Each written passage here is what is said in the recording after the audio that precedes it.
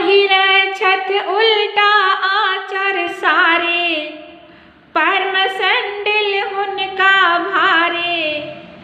ओखो से छत रुमाल कमरिया में, धिया जाके कोना बसती ससुररिया में।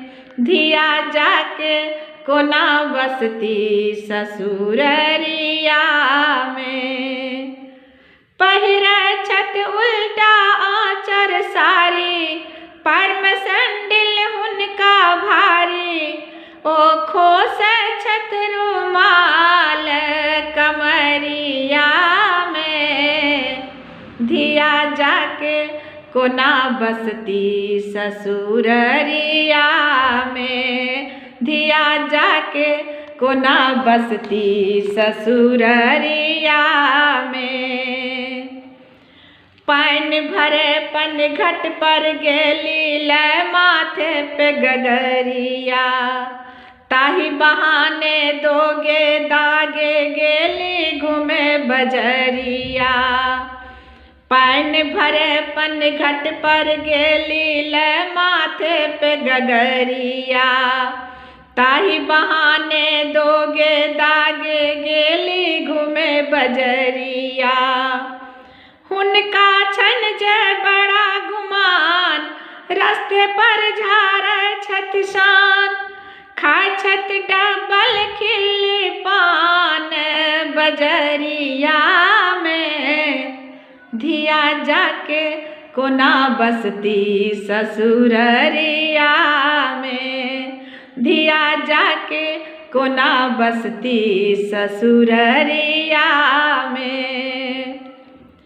कान खींच का दिन बिता कर रातक आस लगा कर, गरम के मारे चुभे पसीना घर में नींद न आवे। कान खींच का दिन बिता कर रातक आस लगा कर, गरम के मारे चुभे पसीना घर में नींद न आवे।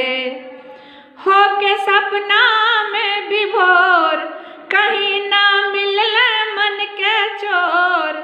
चुभ गेल आँखिया से नोर अन्हरिया में, धिया जाके कोना बसती ससुररिया में।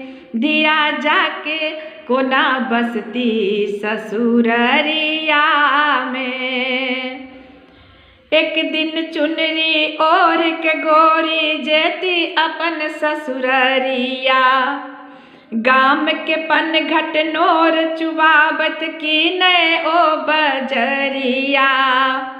एक दिन चुनरी ओढ़ के गोरी जेती अपन ससुररिया, गाम के पन घट नोर चुबावत की नए ओ बजरिया। कतहु न पुरलन मन के आस, कतहु न पुरलन मनक संताप।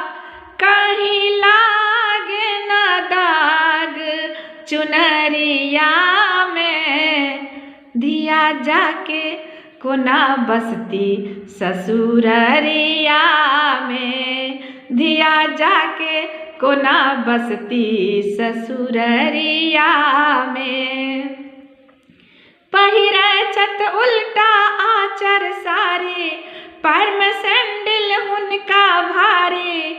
ओखो से छत रुमाल कमरिया में, धिया जाके कोना बसती ससुररिया में।